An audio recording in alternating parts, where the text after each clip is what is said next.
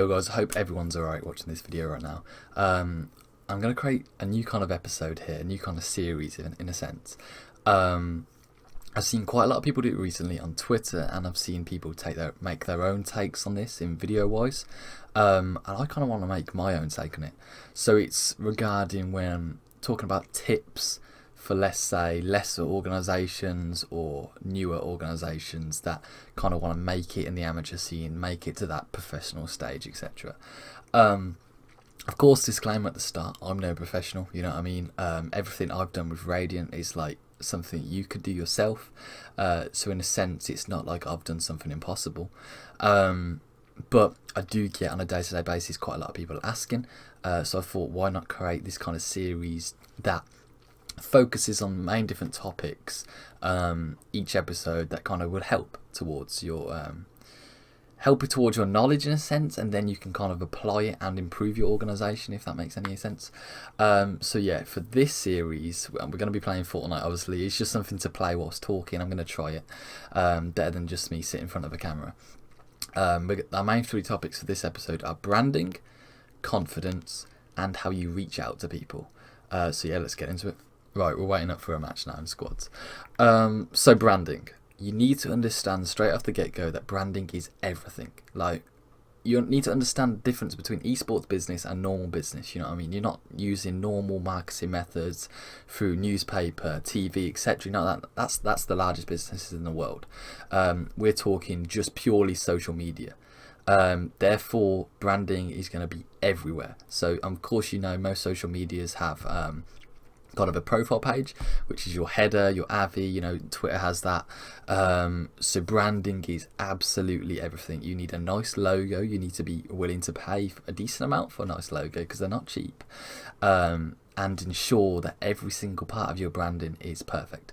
So your color themes, from your tweet graphics, everything needs to be looking good, because at the end of the day you're showcasing what you can do to sponsors, and you're showcasing what you can do to, let's say, people interested in your organization. Because obviously once you are new and you are a small based organization, you're relying on people reaching out to you in a sense, if that makes sense.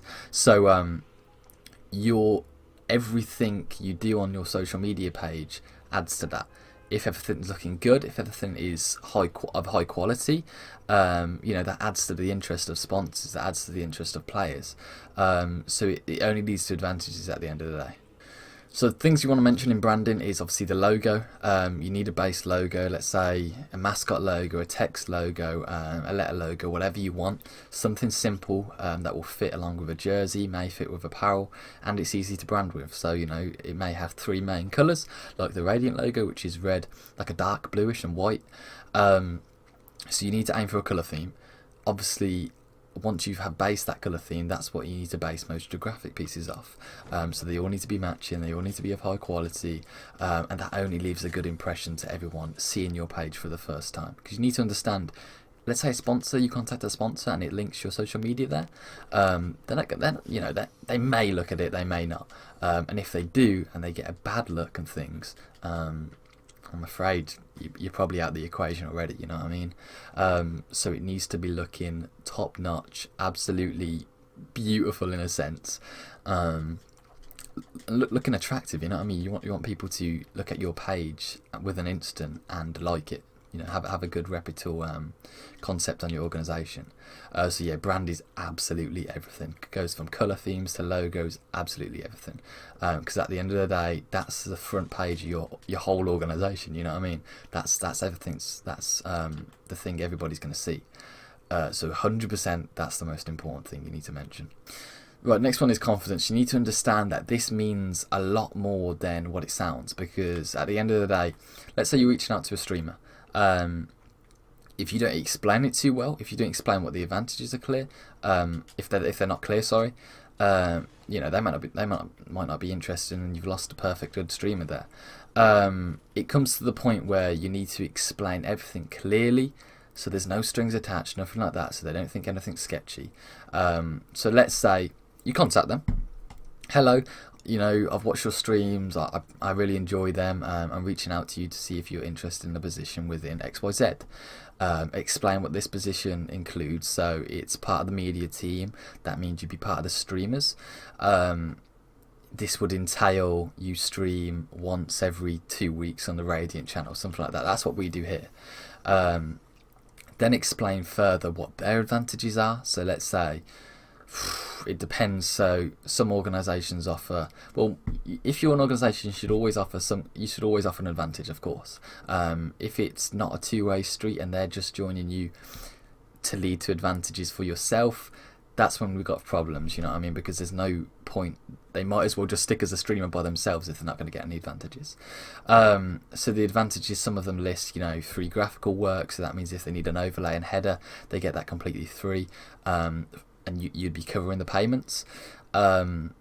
Exposure wise, of course, it's going to be with most organisations. You're going to be offering that kind of community fan base where they're working around multiple members. So it encourages cooperative work, everything like that. So in a sense, you're working with multiple people to help one brand, if that makes sense. So of course that's an advantage because it only leads to more exposure, more subscribers, whatever it is, for the streamer. But at the same time, they need to see some kind of core advantage that may really grab them. That could be a unique selling point of your organisation. It really depends on each and every org. You need to find something what your org does special that you can reach out and offer to these members, because once you grab their attention, you know, it's pretty straightforward from there. You just need to make sure you explain it well, explain what the position includes, explain what you need from them, explain what they need from you, and then it's pretty straightforward from there. You know what I mean? You can find yourself working a pretty happy relationship with that streamer. So ensure everything is explained in clear English, you know what I mean? You don't want any strings attached, anything like that. And the same thing goes, obviously, this is streamers. So this is, you know, pretty low level, reaching out to people. It's not a really hard task.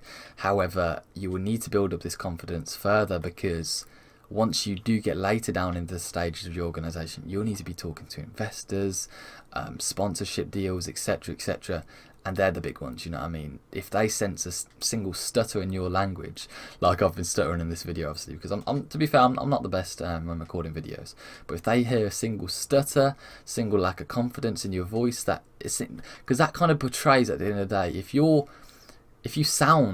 don't sound confident, why should they be confident about your brand, if that makes sense? You're trying to sell yourself and your brand, and if you don't sound confident enough to explain it passionately, then why should they bother? You know what I mean? Why should they bother investing in you? You know, giving you a sponsorship deal, etc. You have to think from their point of view. So confidence really is key. You do need to be on top form for that. Hence, it's very important for, you know, your whole career within esports. You need to portray yourself in the right way.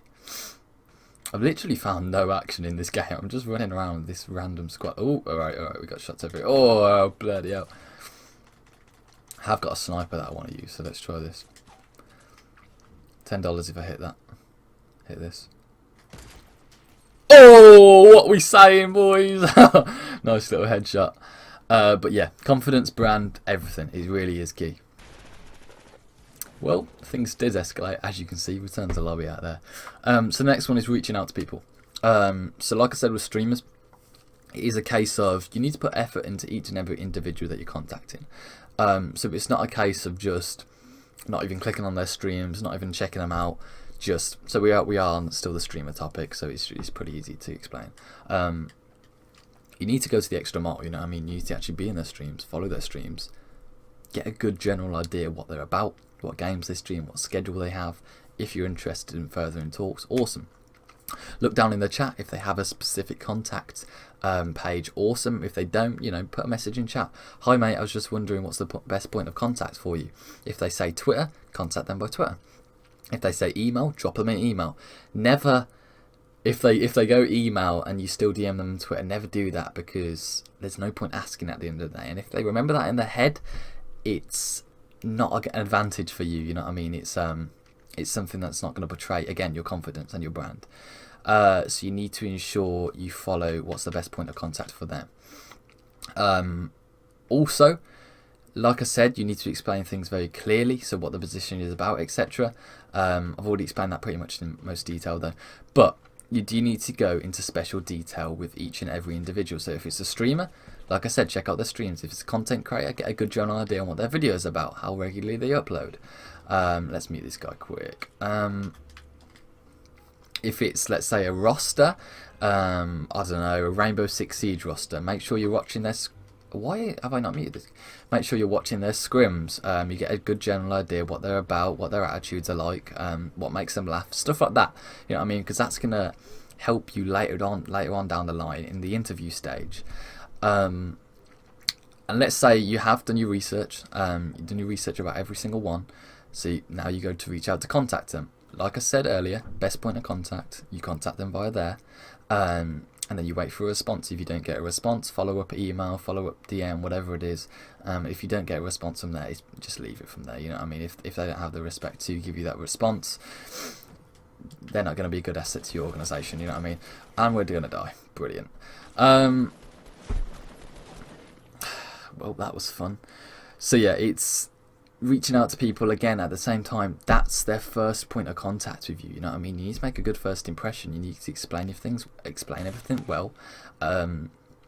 Act confident in your brand. Hold up your words, what you're actually saying.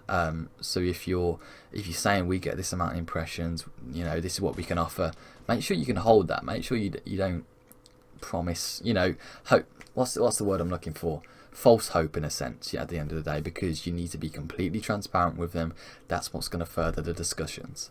So yeah, in a nutshell, that's basically the 3 pointers I wanted to mention in this video. So obviously, if this is helpful in some way, let me know down in the comments. Drop me a tweet on Twitter, radiant_nova 2A's.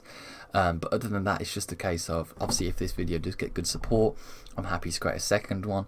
It's just something I thought I'd bang together just because I've seen quite a few people doing it and I wanted to copy on and create my kind of view on things, if that makes sense. Because everyone have different views, you know, you can't have the same thing.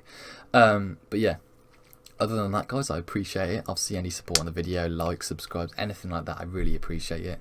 But yeah, thank you very much, guys. Cheers for watching and much love.